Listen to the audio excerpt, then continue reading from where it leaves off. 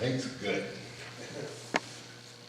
Jesus has been preaching around the countryside. He started his ministry. Word, fame, spread. Everybody's talking about him.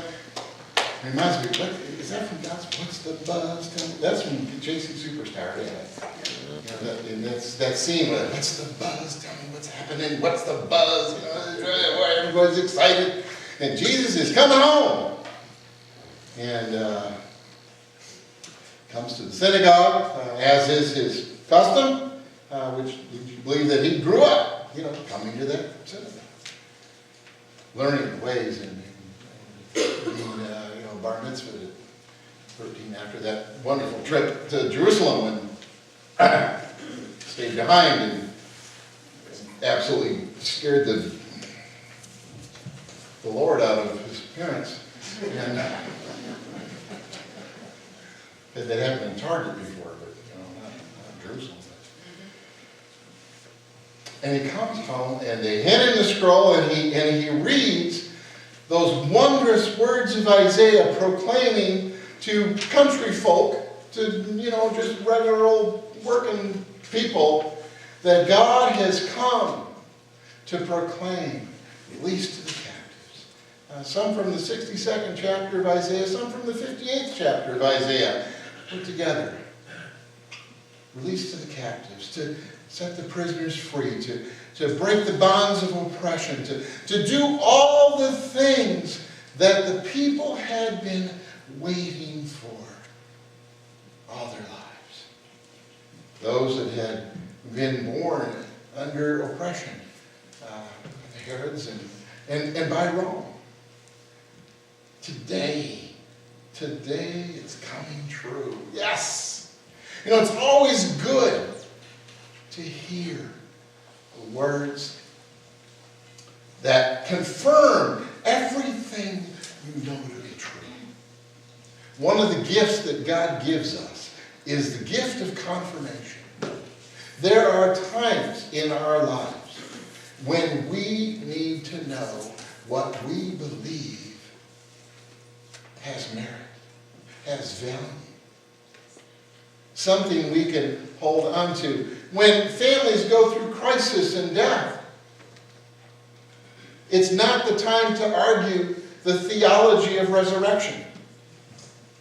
You need to be confirmed in the knowledge and faith that what God has said is true. That today you will be with me in paradise.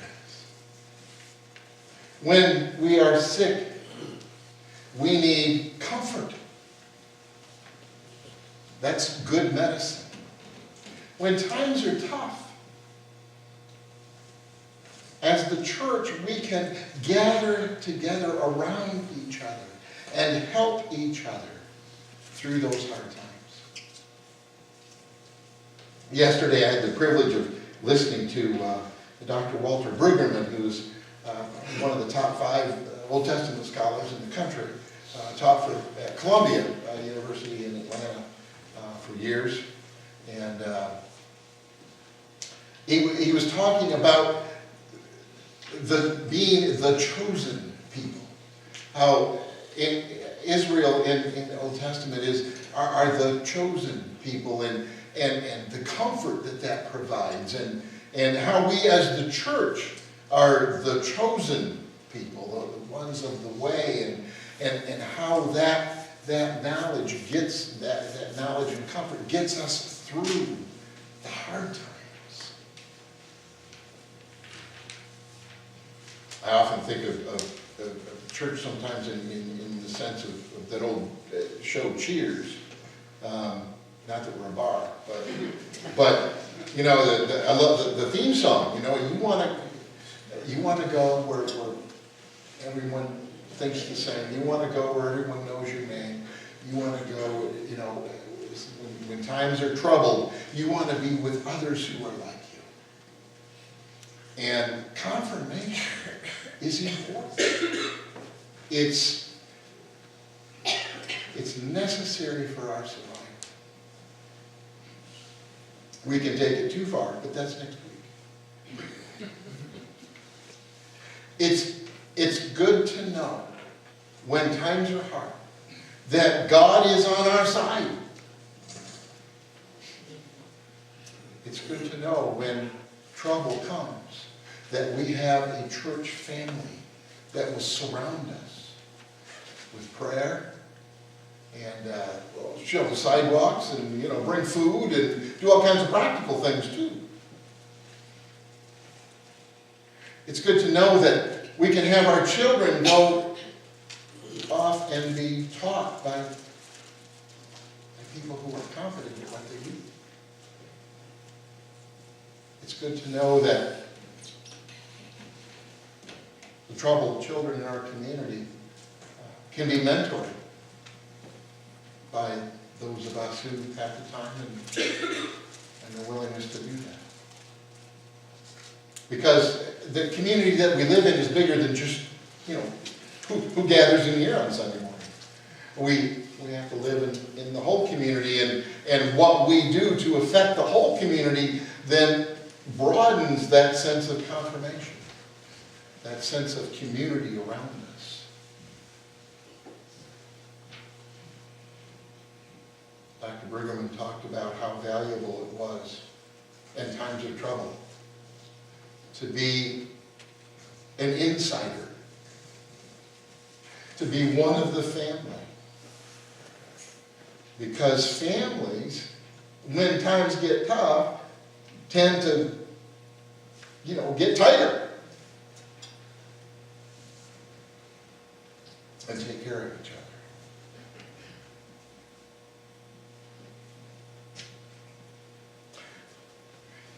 One of the joys of being a preacher's kid was when we moved, I always had a family waiting for me when I arrived. Now, if I was a store manager's kid or a banker's kid or whatever, you walk into school the first day and you don't know a soul, and you move into town and you don't know anybody. But when a preacher's kid moves into town, he's got a whole family there who's usually eager to see him. At least they act that way. At least they have the courtesy to do that. So they get to know it. And by the time you get to school in the fall, the kids that are in church with you, at least you know them. So that's a great comfort. Because it's hard to move. It's hard to go through those changes. And it was always a great comfort to me to have a home in the congregation. Maybe that's why a lot of preachers' kids end up being in the ministry, because it's home. It's where we grew up. And it's familiar and comfortable and not all the time. But we'll get to that. Because this story has been split in half in the lectionary. And you can read ahead if you want. But one of the joys growing up around this area was listening to Paul Harvey. Remember him? Paul Harvey News. It's good to have an older congregation. Talk to 20-year-olds and they go. And not only was the news good, but he had this other show called The Rest of the Story. Yes. Well, next week is the rest of the story. And it's a lot different than this week. So. Rejoice in the knowledge that you are surrounded by a loving family who, when times get hard, will cover your back, will take care of you. That's important. Because one of the tasks of the church and of ministry is to comfort the afflicted. We'll get to the other thing next week. So let's pray. Lord, help us remember that we are here to help each other through the hard times. Because they will come. Either in families or in the community or times of corporate grief, struggle.